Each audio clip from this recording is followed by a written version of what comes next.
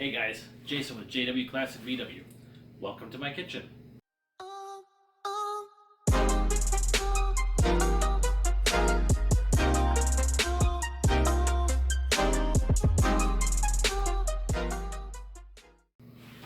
are we doing in the kitchen today? Well, we're going to go over some parts here in a second. Some parts for the budget big block build. If you're new to the channel, thanks for tuning in. Hit that like button and click the little subscribe button for updates if you like what you're seeing. Anybody want some toast? Make some coffee? Let's check out some parts on that budget big block build. What's wrong with this thing? Usually this works. Maybe you guys gotta help me out. Ready? 1, 2, 3. Bam! Voila! Look at all the beautiful parts. Some used, some new, and that's how we keep it in budget, by getting some used and some new parts. The last time we talked, in my last video, we kind of went over briefly some of the stuff that we had in store for Goose, and some of those things have changed.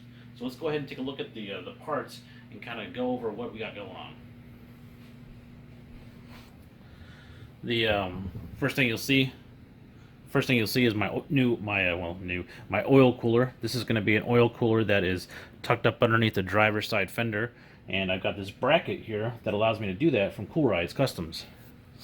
I also got some oil line for hooking that up. I picked up a straight cut cam gear. Got straight cut cam gears and an Engle 2288 cam, which is referred to as a FK8 clone. An FK8 is a Engle camshaft. Last time I talked to you guys, I thought that I had an Engle camshaft, but it turns out it's an Engle camshaft, which that's fine. This will work fine. It'll work great for the build we're doing. I got some Engle lifters and some cam shield, which is used for breaking in the camshaft and the lifters. I picked up a set of used 44 IDFs from Redline. Got a great deal on those, and that's part of where I saved the money for this budget build. You can see that I have my 94 pistons sitting over here. Let's go take a look at that.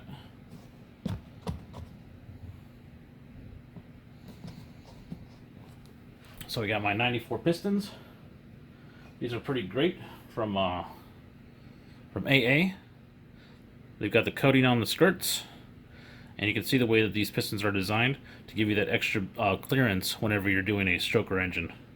They come with the rings already installed, so I'm probably gonna have to, well, not probably, I'm gonna have to take these rings off, clean up the pistons really good, and then put everything back together again. Whenever you're doing deck height anyway, you don't have to, but it helps to have the rings removed whenever you're doing your deck height adjustment. Those are pretty cool. And one of the things that have changed from the last time we talked is that I was talking about doing a 78 and 94 combination, and this crank right here, let's go ahead and zoom in a little bit on the crank. The crank that I end up going with, I got a good story there, is a Scat crank. It's a Scat 82 crank. So what is a 82 crank and 94 pistons give you guys? 2276. Oh yeah, we're going bigger displacement. Pretty cool, pretty awesome. There was covered in this shipping coating that comes on the crank, and a really great way to get this off. And thanks Henry from Bugaholics is to use some petro or gasoline. Really does a good job of getting that crap off of here. Also, thanks. I want to give a shout out and a thanks to Henry over at Bugaholics, because he made a really good deal on this crank for me. And thanks again, Henry. That's awesome. It's gonna do great in Goose and help out a lot with the new engine. So appreciate it, buddy. Let's go ahead and back up a little bit and take a look at the rest of these parts. So moving on here in a second. I also picked up this new fan for the clips. I picked up this new fan for the shroud, and you can see that this fan has some welding that's done to it. This welding on the fan helps out a lot with keeping it together, because with a high torque engine at higher RPMs and more power, These they can fall apart or break apart and destroy destroy the top of your engine when it does come apart. So you want to go ahead and pick up a welded fan.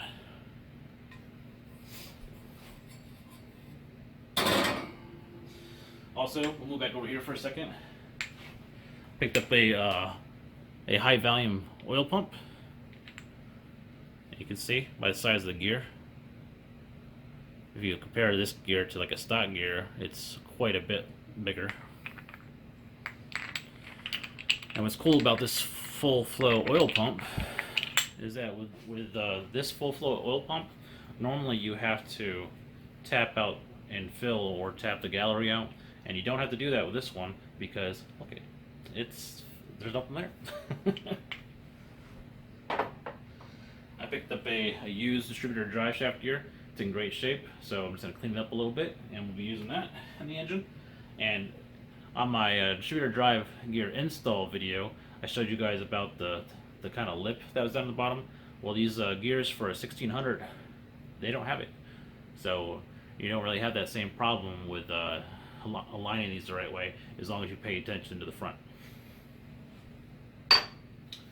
Moving forward, you can see I got some Tailor wires here.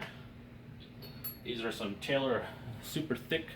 These things are huge. They're probably about 2 to 3 times the size of a standard plug wire. Tailor wires to help get some of that hot spark to the new engine.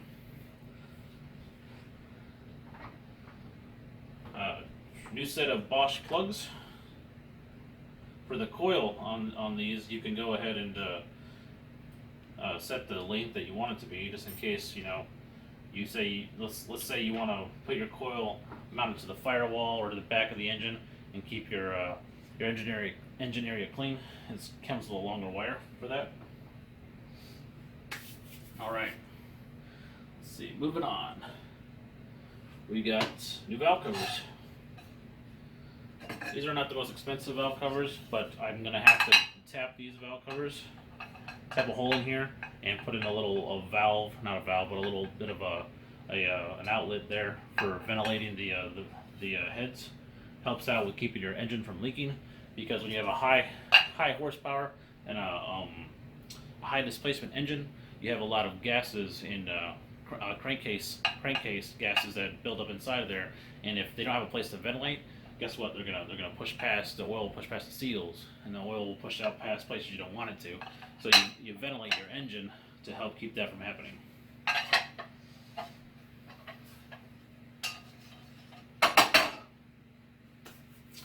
All right, I got some new I-beam rods.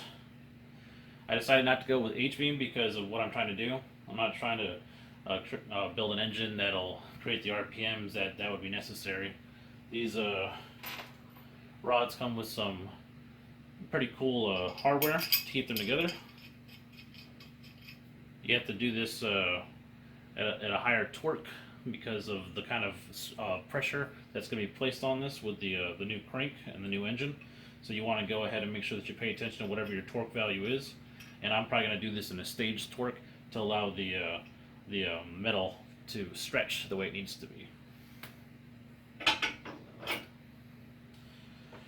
These are my high ratio rocker arms, 1:4 ratio rocker arms that go with the camshaft, and together I believe it was a 512 lift is what I'll be getting with the 1:4 rockers.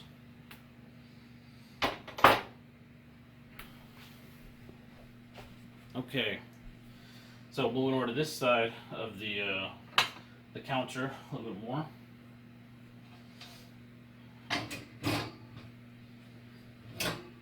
We have my engine case back here that I've spent some time cleaning up. I'm going to do some more cleaning up, but it's a lot cleaner than what it was.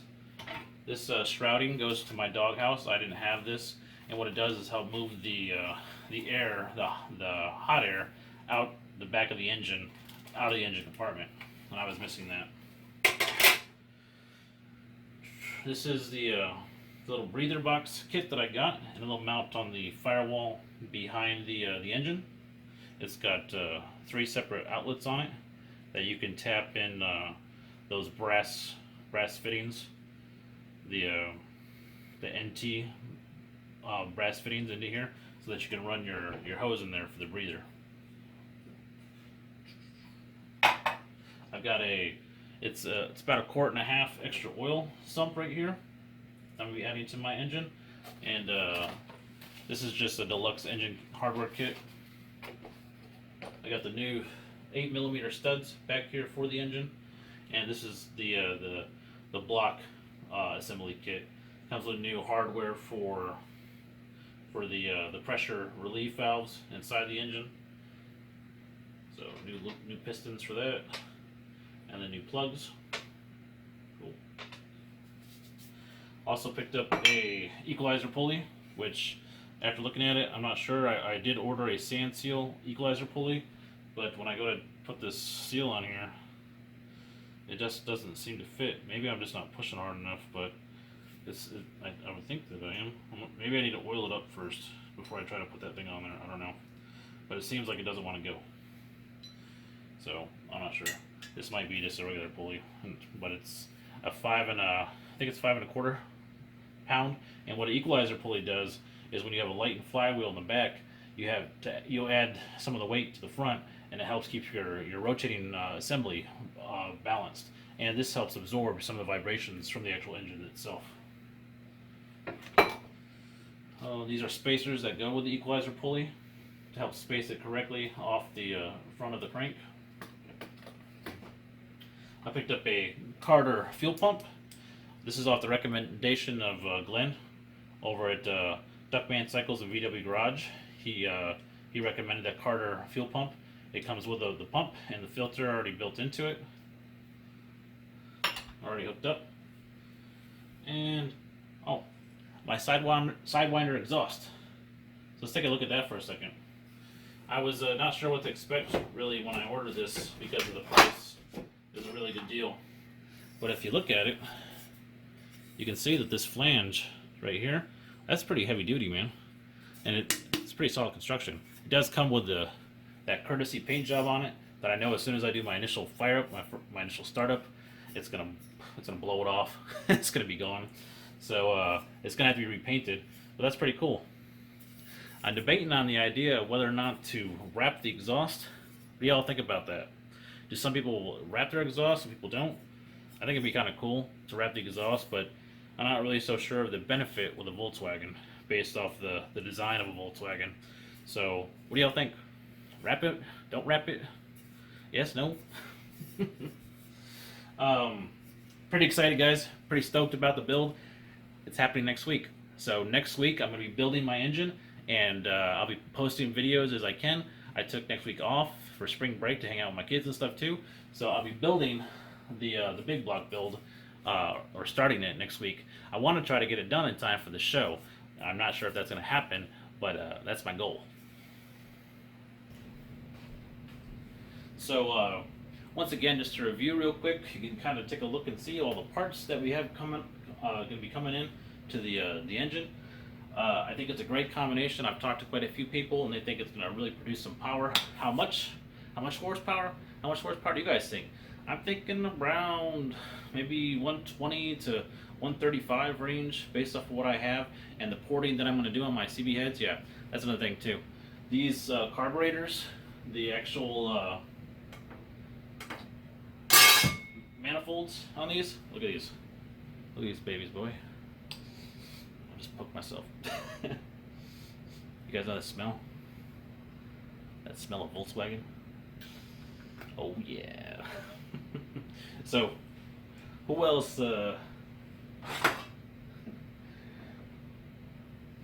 has dreams of carburetors? I had dreams of carburetors. When I got these suckers, I set them up on my desk, and I was just kind of imagining. Vroom, vroom, vroom, vroom. You guys know what I mean, right? I'm a little off topic. Hold on a second. Let me set this down. There's nowhere to set it down. Hold on. Okay. So with these carburetors, the manifolds in the bottom have already been ported. It's smooth in there. I've already been ported to Tim's Stage 1 is what it was called. And I guess Tim is probably the guy that put these together. But they came with a gasket already too, which is really cool. So this is already set up for this porting. So I just got to take this and match this to my my CB Performance 044s and get the porting for that. I've already got a porting kit and everything. I ported dual port heads before in the past.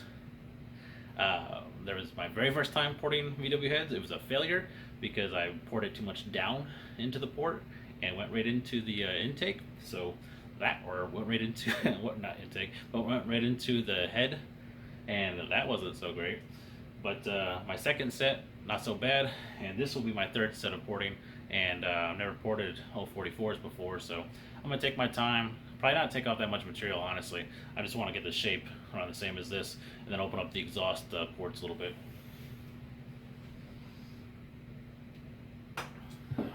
Let's see. But I'm pretty excited. I'm pretty excited. I hope you guys are excited too, because this is gonna be the first big engine I've ever built before. And if you guys got any advice on, you know, things I may run into, please hit me up in the comments and let me know. I've got the good break-in stuff for the cam. The cam break-in is probably the thing I'm most concerned about, to make sure I get that right. I do understand that you don't want it to idle. You want to keep it above 2,000 RPMs for at least 15 to 20 minutes, and then kind of like you know, rev it to keep the, not rev it crazy, but you know, like bring the RPMs up between like 2,500 and 4,000. Just kind of keep the RPMs going up and down to keep that to get that cam broken correctly. It's all coming together, guys. I'm excited. I hope you guys are excited too. Go along and with this journey of building this engine. I know giving myself a week to get it done probably is wishful thinking, but I think I can get it done, especially if I'm doing it all day. Good stuff, guys. Good stuff coming. I want to say thank you for tuning in to JWClassicVW, and hit that like and the subscribe. Hit the little dingle belly for the to subscribe so you can get updates on upcoming videos. If you're interested in building your own big block, pay attention to the description, because I'm going to try to list some of this stuff in there. I'm going to break down the pricing for you guys too, so you can see where I save money. I know some of the main places where I save money on this build were with the engine case. I got a great deal on this AS41 that was already shuffle pinned. It's already been shuffle pinned. It's been cut for the stand seal. Also, it was already full flowed and opened up for the 94 pistons. So I know I'm probably forgetting something else that it had, but that's the main things. But I'm excited. I'm excited to start putting this bad boy together and see what kind of power it makes. Go ahead and give you guys a final kind of look at everything.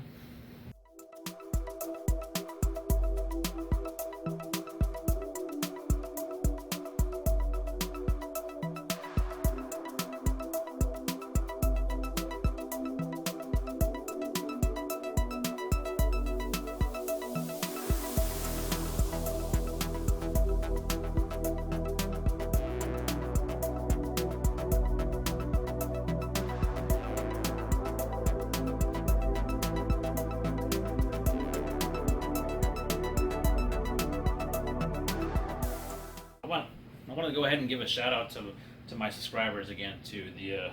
I really do appreciate everybody for watching. I'm not an expert when it comes to this stuff. I was a mechanic when I was in the military, but Volkswagens have always been a passion of mine, but I've never taken it to this extreme. You know, I've loved driving them, I loved owning them, but I never built a big block like this before. So I hope you guys enjoy the journey with me. Please feel free to comment and ask questions, because there's a lot of guys that are in in my group or that are subscribers to the channel that know a lot more about this stuff than I do. So I do appreciate all the assistance and the help from anybody that's out there. If I can help you out, if I can answer it, I usually do. If I don't know the answer, I'll find it out. For the majority of the budget items, I pick those up on Facebook through the buying groups. So pay attention to those. There's some really good deals to be made. Also, check with your local guys. Henry over at Bugaholics really hooked me up with the crank. This the crank is like the heart of your engine, and this Scat crank is really going to make a huge difference, and I already know it is when it comes to how my engine's going to run and stuff. So that's some real steel right there. I think we got a good combination here, guys. What do y'all think? Thumbs up? Yeah, thumbs up.